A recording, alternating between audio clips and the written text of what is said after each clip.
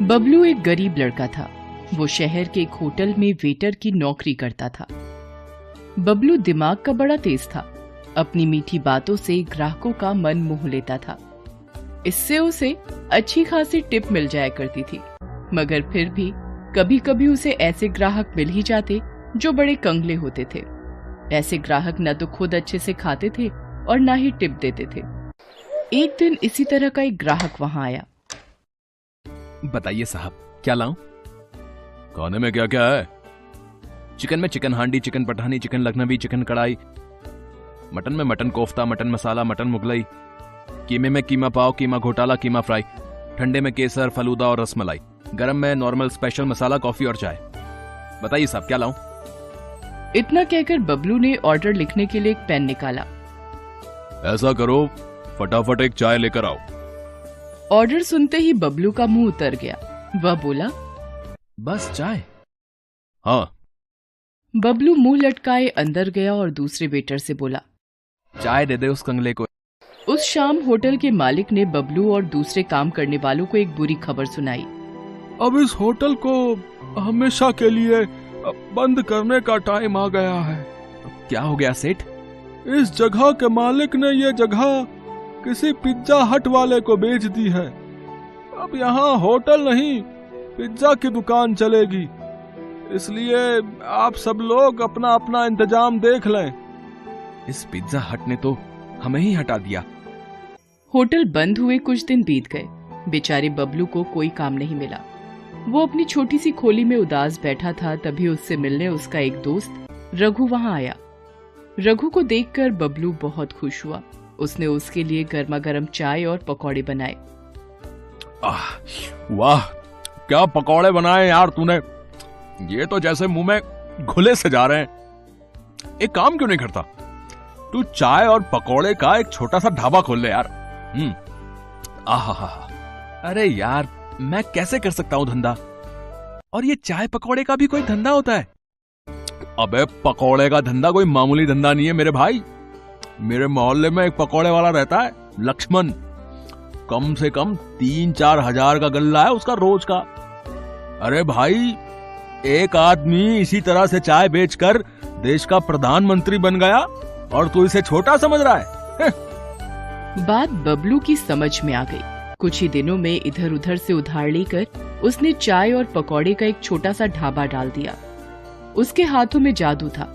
जो भी एक बार उसके पकौड़े खा लेता था, उसके मुंह में उसका स्वाद बस जाता था।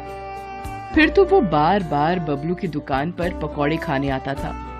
बबलू का स्वभाव भी बहुत विनम्र था। वह ग्राहकों से बड़ी प्यारी प्यारी बातें करता था। लोग उसके स्वभाव से खुश होकर भी उसकी दुकान पर जा पहुंचते और मन ना होते हुए भी वहां से चाय पकौड़े खाकर ही उठते थे। इस तरह बबलू का ढाबा जोरों से चल निकला। उसे इस ढाबे से अच्छी खासी आमदनी भी होने लगी। एक दिन बबलू अपनी दुकान पर बैठा सोच रहा था। मैं बेकार ही इस धंधे को छोटा समझ रहा था। इस धंधे ने तो मुझे कहां से कहां पहुंचा दिया है। आज मुझे समझ में आ गया है कि ईमानदारी से किया गया कोई भी काम छोटा या बड़ा नहीं होता है। अभी बबलू ये सब सोच ही रहा था कि वहां एक कार आकर रुकी। कार से 2 आदमी लड़खड़ाते हुए निकले और बबलू से कहा, ए हीरो, इधर आ। बबलू ढाबे से निकलकर जल्दी से उनके पास गया। उनके मुंह से शराब की बू आ रही थी। एक काम कर, 2 प्लेट आलू पकौड़े, 2 प्लेट प्याज पकौड़े और 1 प्लेट मूंग दाल का पकौड़ा लेके आ जल्दी से। बबलू ने देखा कि दूसरे आदमी ने शराब की बोतल और 2 गिलास निकाले और कार की बोनट पर रख दिया। उनका इरादा वहीं शराब पीने का था। उनका इरादा समझकर बबलू बोला, साहब, पब्लिक प्लेस में शराब मत पीजिए। अबे जा, ज्ञान मत दे, ऑर्डर ला जल्दी से। बबलू जल्दी से ऑर्डर लेकर आया। उन दोनों आदमियों ने वहां शराब पी और पकौड़े भी खाए। फिर दोनों वहां से जाने लगे। तभी वहां बबलू आया और बोला, साहब, पैसे तो देते जाओ। मुझसे पैसे मांग रहा है? अबे जानता मैं कौन हूँ? आप कोई भी हो, मुझे मेरे पैसे दे दो। आपके टोटल 120 रुपया हुआ है। अबे वीरेंद्र भाटिया नाम है मेरा, इस पूरे इलाके का म्युनिसिपल कमिश्नर हूं मैं। अबे तेरा धंधा बंद करवा दूंगा, तो जानता नहीं मेरी पावर को। मैंने तो बस अपने पैसे मांगे थे साहब। बबलू की इस बात से वीरेंद्र भाटिया आग बबूला हो गया। उसने जमकर बबलू की दुकान में तोड़फोड़ की और वहां से चला गया।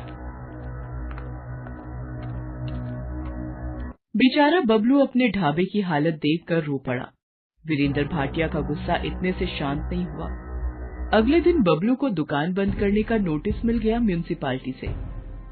बबलू पर तो जैसे आसमान ही गिर पड़ा। दुकान के बंद होने से सिर्फ बबलू को ही नहीं, उन लोगों को भी परेशानी होने लगी जिन्हें बबलू के चाय और पकौड़ों की आदत लग चुकी थी। एक दिन बबलू अपनी खोली में उदास बैठा था, तभी वहां कुछ लोग आए। बबलू उन्हें पहचान गया। वो सब उसके रोज के ग्राहक थे। अरे बबलू भैया, अरे और कितने दिनों तक ऐसे ही बैठे रहोगे हैं? अगर अभी कुछ नहीं किया गया तो इस भाटिया की मनमानी बढ़ती ही जाएगी, बता रहे हैं। आज तुम्हारी दुकान बंद की है, कल हो सकता है पूरा बाजार बंद कर दे। तो मैं अब कर भी क्या सकता हूँ? तुम हमारे साथ उस भाटिया के ऑफिस में चलो, हम वहीं विरोध प्रदर्शन करेंगे। इस तरह बबलू उन सब लोगों के साथ चला। इतने लोगों के साथ होने से उसकी हिम्मत भी बढ़ गई थी। वो भाटिया के दफ्तर पहुंचा और अपनी दुकान खुलवाने की मांग की। भाटिया बाहर निकलता है और गुस्से में बबलू से कहता है, अच्छा, तो तू इन सब के साथ मुझे डराने आया है? तू जानता नहीं कि तू किससे पंगा ले रहा है। मैं तो जानता हूं, मगर शायद आप नहीं जानते कि आप किन लोगों से पंगा ले रहे हैं। ये गुप्ता जी हैं, हमारे एरिया के इंस्पेक्टर। रोज ड्यूटी के बाद ये मेरी ही दुकान पर चाय पकौड़े खाने आते थे। ये धर्मपाल जी हैं, यहां के एमएलए के खास आदमी। इनकी पार्टी की मीटिंग भी मेरी ही दुकान पर मेरे ही चाय के पकौड़ों के साथ होती है। आज 10 दिन से मेरी दुकान बंद है। ये सब गुस्से से बौखलाए हुए हैं। अब आप समझ लीजिए कि कौन किससे पंगा ले रहा है। ये छोकरा ठीक ही कह रहा है। पुलिस और नेता लोगों से पंगे लेना ठीक नहीं है। ठीक है, ठीक है, मैं तुम्हारी दुकान खोलने के कागज तैयार करवाता हूं। फिर भाटिया अंदर जाता है और बबलू की दुकान का परमिट लाकर उसे दे देता है। इस तरह बबलू की होशियारी और लोगों के साथ से उसकी दुकान फिर से चल पड़ती है।